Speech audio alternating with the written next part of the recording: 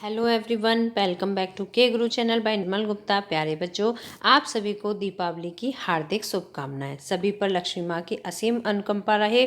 इसी सद्भावना के साथ आज की वर्कशीट शुरू करते हैं।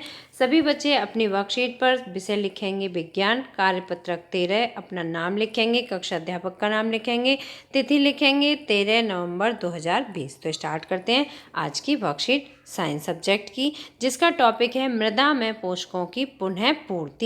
बच्चों, आपने देखा होगा कि जब किसान फसल बोते हैं और फसल पकने के बाद जब फसल को काट दी जाती है तो उसके बाद दोबारा उसमें बहुत सारे रसायनों को, खाद उर्वरकों को उस जमीन में बिखेरते हैं। तो किस लिए बिखेरते हैं? जिससे कि मिट्टी के पोषक तत्व जो कि फसल के पकने के साथ कम हो गए हैं वो पुनः उनकी पूर्ति हो सके। बच्चों, फसल जब बड़ी होती है, अब पकती है, उससे पहले वो अपने सभी पोषक तत्व जितने उसे आवश्यक होते हैं वो सभी पोषक तत्व मिट्टी से ग्रहण कर लेती है। अब जब मिट्टी से पोषक तत्व ग्रहण कर लेती है तो मिट्टी में कहीं पोषक तत्वों की कमी ना हो जाए, तो उसके लिए किसान क्या करते हैं? उर्वरकों को, खाद को उस जमीन में बिखेरते हैं, है ना। जिससे क्या होता है? मृदा में पोषकों की पुनः पूर्ति हो जाती है।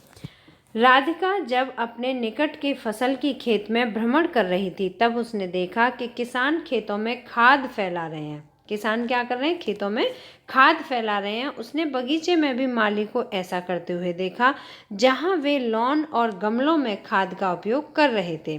वह सोच में पड़ गई कि वे सभी ऐसा क्यों करते हैं। आखिर खाद क्यों फैलाया गया खेतों में और गमलों में? तो देखिए बच्चों, उर्वरक रासायनिक पदार्थ होते हैं। यहाँ पर उर्वरक और खाद्य जैविक पदार्थों के बारे में बताया गया है। तो पहले हम उर्वरक के बारे में पढ़ेंगे। उर्वरक रासायनिक पदार्थ होते हैं जो पौधों को पोषक तत्व प्रदान करते हैं। अब जो किसान थे वो क्या फैला रहे थे? उर्वरक फैला रहे थे, है ना। उर्वरक जमीन में डाल रहे थे जिससे कि मिट्टी की जो पोषक तत्व हैं वो पुनः उनकी पूर्ति हो सके। तो उर्वरक क्या होते हैं? रासायनिक पदार्थ होते हैं जो पौधों को पोषक तत्व प्रदान करते हैं। मुख्य रूप से नाइट्रोजन, फास्फोरस और पोटेशियम।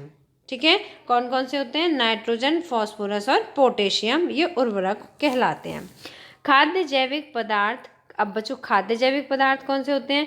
तो देखिए, खाद्य जैविक पदार्थ होते हैं, खाद्य क्या होते हैं? जैविक पदार्थ होते हैं जो पौधों, अवशेष और जंतुओं के गोबर से प्राप्त होते हैं तथा पौधों को पोषक तत्व प्रदान करते हैं। बच्चों, आपने देखा होगा कि जो पशुओं का गोबर होता है वो भी खाद के रूप में भूमि पर फैलाया जाता है ना। जिससे कि जो फसल होती है वो उसे पौष्टिक तत्व प्राप्त हो जाते हैं और जो भूमि के जो पौष्टिक तत्व होते हैं वो भूमि को प्राप्त हो जाते हैं। ठीक है, तो पोषक तत्व जो होते हैं वो भूमि को कहाँ से मिलते हैं? गोबर के माध्यम से, पशुओं के गोबर के माध्यम से और उर्वरक के माध्यम से। अब बच्चों नेक्स्ट देखिए, पादप अपनी वृद्धि और अच्छे स्वस्थ विकास के लिए मृदा मिट्टी से खनिज पोषक तत्वों को अवशोषित करते हैं। पादप मतलब पेड़ पौधे। पेड़ पौधे अपनी वृद्धि के लिए, वृद्धि मतलब बड़े होने के लिए, है ना, और अच्छे स्वस्थ विकास के लिए मिट्टी से खनिज पोषक तत्वों को अवशोषित करते हैं।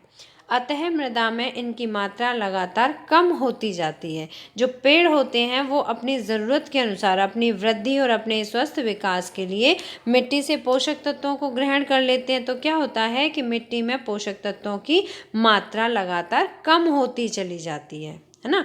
उर्वरक एवं खाद में नाइट्रोजन, फास्फोरस और पोटेशियम जैसे पादप पोषक होते हैं। कौन कौन से होते हैं बच्चों? नाइट्रोजन, ये तीनों नाम आपको याद रखने हैं, नाइट्रोजन, फास्फोरस और पोटेशियम। ठीक है, जैसे पादप पोषक होते हैं, मृदा को इन पोषक तत्वों से समृद्ध करने के लिए भूमि में उर्वरक तथा खाद मिलाने की आवश्यकता होती है ना। मिट्टी को इन पौष्टिक तत्वों से समृद्ध करने के लिए, मिट्टी को इन पोषक तत्वों से समृद्ध करने के लिए भूमि में उर्वरक या खाद मिलाने की आवश्यकता होती है। पौधों को सभी पोषक तत्वों में से नाइट्रोजन अधिक मात्रा में आवश्यकता होती है। पौधों को सभी पादप पोषकों में से, जितने भी पादप पोषक हैं जैसे कि फास्फोरस है, नाइट्रोजन है, पोटेशियम है, इन सभी में से नाइट्रोजन की सबसे अधिक आवश्यकता होती है। यद्यपि वायु में नाइट्रोजन गैस प्रचुर मात्रा में उपलब्ध होती है, लेकिन पादप इसे सीधे प्रयोग नहीं कर सकते। बच्चों, आपने देखा है कि जो हमारा वायुमंडल होता है उसमें 78% नाइट्रोजन होती है, लेकिन फिर भी पेड़ पौधे जो होते हैं प्रकृति जो वायुमंडल से नाइट्रोजन को सीधे प्रयोग नहीं कर सकते हैं। पादप नाइट्रोजन को विलेय के रूप में ही अवशोषित करते हैं। अब नेक्स्ट देखिए बच्चों, इसमें हम राइजोबियम के बारे में पढ़ेंगे। राइजोबियम नामक जीवाणु जो चना, मटर, मूंग और अन्य फलीदार पादपों की जड़ों में रहते हैं। ये कहाँ पर रहते हैं जीवाणु? ये चना, मटर, मूंग और फलीदार पादप, फलीदार जिन पर छोटी छोटी फली आती हैं, जैसे कि सेम है, जैसे कि मटर है ना, तो ये फलीदार पादप हैं, इनकी जड़ों में रहते हैं। वायुमंडलीय नाइट्रोजन से ले सकते हैं। ये नाइट्रोजन कहाँ से ले सकते हैं? वायुमंडल से ले सकते हैं और इसे विलेय पदार्थों में परिवर्तित कर देते हैं।